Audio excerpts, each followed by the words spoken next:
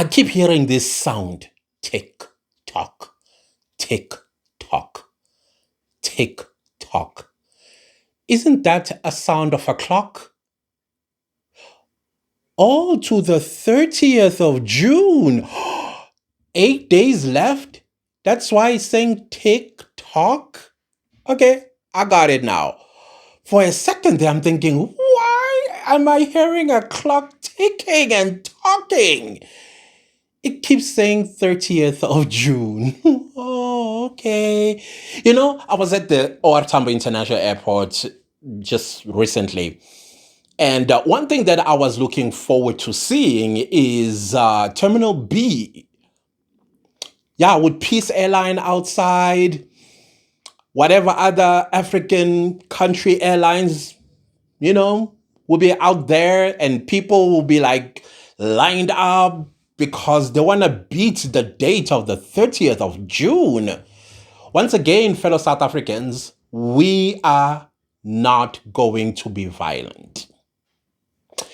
As much as we are getting provoked, but that shouldn't be an excuse. We are peaceful, we are asking nicely, and we are going to do this within the bounds of the law, and we will get the useless authorities of ours to work.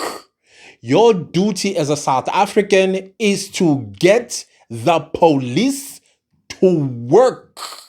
And if they are not doing their work, you are going to lay a charge against them, either with IPID, or you go straight to the Minister of Justice, the President, and Kachalia, and say, you see, your people are not working.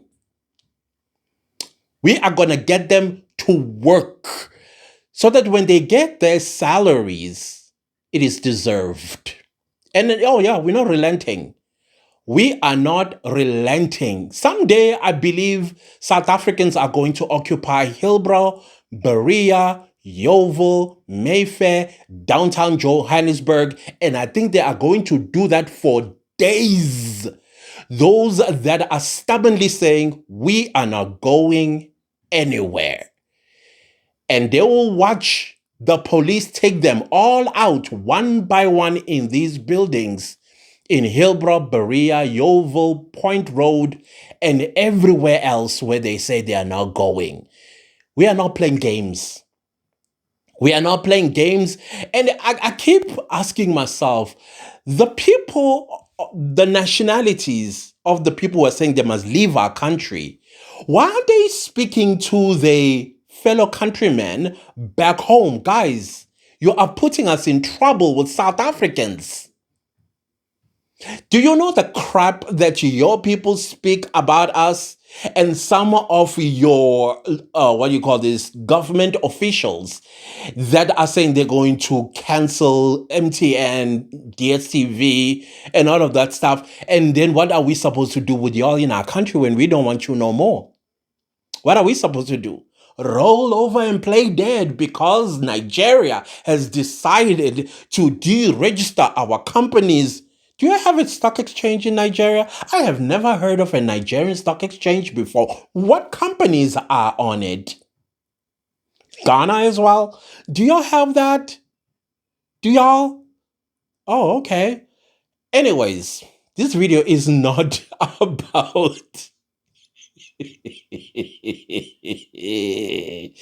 But I am proud of South Africans. We have come to a point where we don't care who says what. We know what we want, and we are going to get what we want. And that is frustrating to y'all, isn't it? Nice. You have not seen frustration yet. You have not experienced what frustration is. Yeah, the boot is on the neck. But anyways, I saw somebody saying, oh, Clancy's, your office looks so cold. Yeah, I know. I'm trying to save up for a heater. I really am trying to save up for a heater for my studio because I'm trying to hide it. But I don't know. I think it's when cold air and warm air meet and then produces that steam that you see coming out of my mouth. And it's embarrassing when you are watching it on the video. You're like, I hope they did not see that. But well, the cat is out of the bag. Yeah, I'm trying to raise funds for a heater, a gas heater, because I believe in gas heater. It's much cheaper, I think. I was so, I know I was a little bit embarrassed. I know the intentions are good. I know it was not to embarrass me, but I was like, oh no. Type of situation. Anyways, let's talk about the Madlanga Commission of Inquiry today. So the Commission of Inquiry was supposed to have a witness by the name of Mike van Wyk. If you don't know who Mike van Wyk is, he's this guy.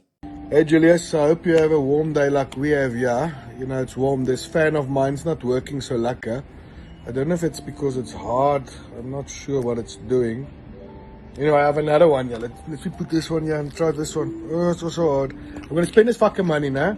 Please tell me where we're going. Have a lucky day. Tell me why every time when this man does this and I watch his video, I cringe like that. Like, why? Why would you be... I cringe every time. And I cannot help with my facial expressions when I... Why? Why? Okay, we get it. I mean, I get it. That's the language that Commissioner Julius Mkhwanazi understands. I mean, he even admits it, that he's persuaded because he's been asking for days for blue lights to be installed in his vehicle together with a boss of his. And Chaskelson says he doesn't believe that is Vusikat Matlala. I still think it was Vusikat Matlala that also needed blue lights installed in his bucket. I mean, eventually that thing happened because guess why we are here today? When on the 6th of July 2026, General Mkhwanazi spoke about Julius Mkhwanazi in Ekurhuleni doing as he pleases, hiring of people with criminal records onto Ekurhuleni PD. But I want to say something. I want to say something that kind of like confirms my theory about Vusikat Matlala, that after the death of Mswazi, I guess he was like the boss, the king, that everybody went down to bow to. Allegedly, a certain politician would drop everything he's doing. It didn't matter what time of the day or night it was. He would run there, allegedly. So when he be gone, so there was a vacuum of some sort, a leadership vacuum. So because, you know, in the underworld or the criminal underworld, everybody sees themselves as potential to take over and be called Papa. And I don't know if that's what they call each other, but hey. So Kat Matlala thought, I'm going to rise up. But there was another one whose name apparently cannot be mentioned. But he was mentioned today. Yeah, I'm not going to mention his name. He rose. And when he rose, Kat Matlala was like, okay, I'm going to get you where it hurts the most. Below the belt. You know, the pockets type of situation. Yeah, I am going to hijack the EMPD. And when I hijack the EMPD, all products, because, you know, Ekurhuleni is the access, or is it access to very nefarious products coming from KwaZulu-Natal before they are disseminated everywhere else in the country. And that also includes white powder. The very thing probably they are pushing Underworld, as well as hijacking of trucks and all that sort of stuff. And so he looked around, I think, Kat Matlala. He shopped around together with his Medicare 24 partner, Mike van Wyk. And then he was like, bingo, the weakest link is Ekurhuleni. But we need to find somebody who loves the money. You just wiggle it on his face and be like, I'll do whatever you want. That is Julius Mkhwanazi. That is why that cringe video. They almost did, though. They almost did. Because as we learned through WhatsApp chats, Kat Matlala was a housebreaker at one point and he got convicted. And he served, I don't know, I think 12 years 4 years in prison. And then he was released. And when you are released without a fine being an option, your criminal record does not get expunged. But guess what? Somebody somewhere who keeps the records of criminals expunged his records. And as a result, he got criminal record-free clearance for him to be able to drive with blue lights and also be part of EMPD type of situation. Now, Mike van Wyk, who was supposed to come and confirm or, I don't know, rebut all this, he apparently mentally he's not doing well. So much so that even a certificate from his psychologist was submitted, which basically says, he's not fit to testify. That's how horrible things are. And I couldn't help myself, because I did say this before, that we are going to see 2 or 3 types of the people that are going to be exposed, implicated, and also caught and probably even arrested from the Madlanga Commission of Inquiry. And one of the people that I predicted will emerge is the weakling. Those that are mentally and emotionally weak, and the only solution for them is to take matters into their own hands. Viandre Pretorius, as an example. So Mike van Wyk, I do not see him a strong person to outlive Pretorius. I don't see it. I really don't, and I hope that his psychologists, they are on that watch, the self-inflicting watch when you yourself. Yeah, I hope he's on that watch. And on the 6th of July, I hope he does get subpoenaed, because there's a lot of things that you need to respond to that we were listening in today's submissions by Senior Counsel Charles Colson. A lot. And for me, it's the plot to infiltrate EMPD. And of course, it was not just going to be EMPD. EMPD, I still believe it was Kat Matlala's litmus test. It was the litmus paper test. And because he managed to penetrate it, I think he was going to go for the Campton Park Police Station. Because if you don't know anything about the Campton Park Police Station, to the core, that police station, to the core. So that was going to be the next step. And subsequently, the entire South African police service would have been gobbled up. I mean, it's not even a matter of he was beginning to. I mean, he already had that lady, BBL, whatever, the BBL lady. And he had a whole bunch of people, to a point where even the National Police Commissioner today is suspended and facing criminal matter or process as we speak. So Kat Matlala was going for the jugular. He was definitely going for the jugular. National security. And sooner or later, South Africa would have become Colombia. Because after the police, where do you go to? Where do you go to after the police? Of course, you go to the presidency. Do you think the president of the Republic of South Africa does not know who Kat Matlala is or met Kat Matlala before? And I'm not saying that there are any nefarious things going on. Maybe, hello, what's up type of situation. I don't know. I don't know. So the test that I want, it's gonna be so pointless to point out specific things in today's testimony without Mike van Veek having to respond to all of these things. But Mike van Veek played a pivotal role in Kat Matlala's journey into overtaking the South African Police Service and EMPD. Um, I guess to wiggle his thingy at the name that cannot be mentioned and say, well, I'm the boss now. You take orders from me and your freedom is in my hand type of situation.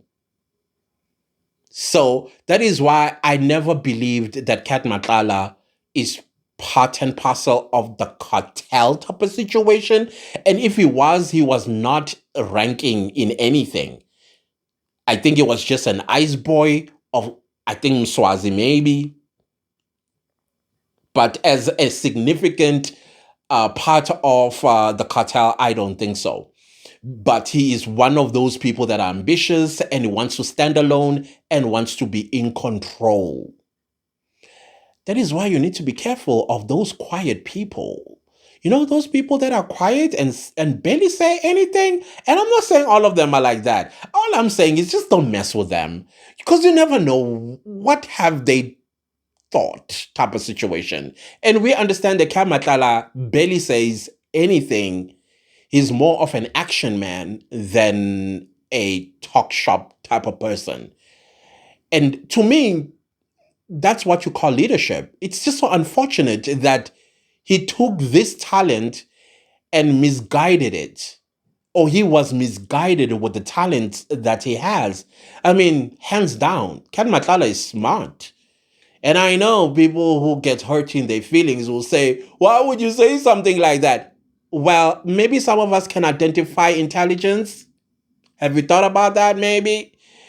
And the reason why he got caught is because of those blue lights. Had he not been caught because of, the thing is, when you are in this business of the underworld, or the criminal underworld, the problem is not you in most cases.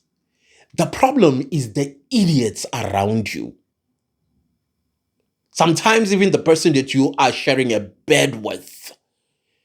Those are the people that become your downfall.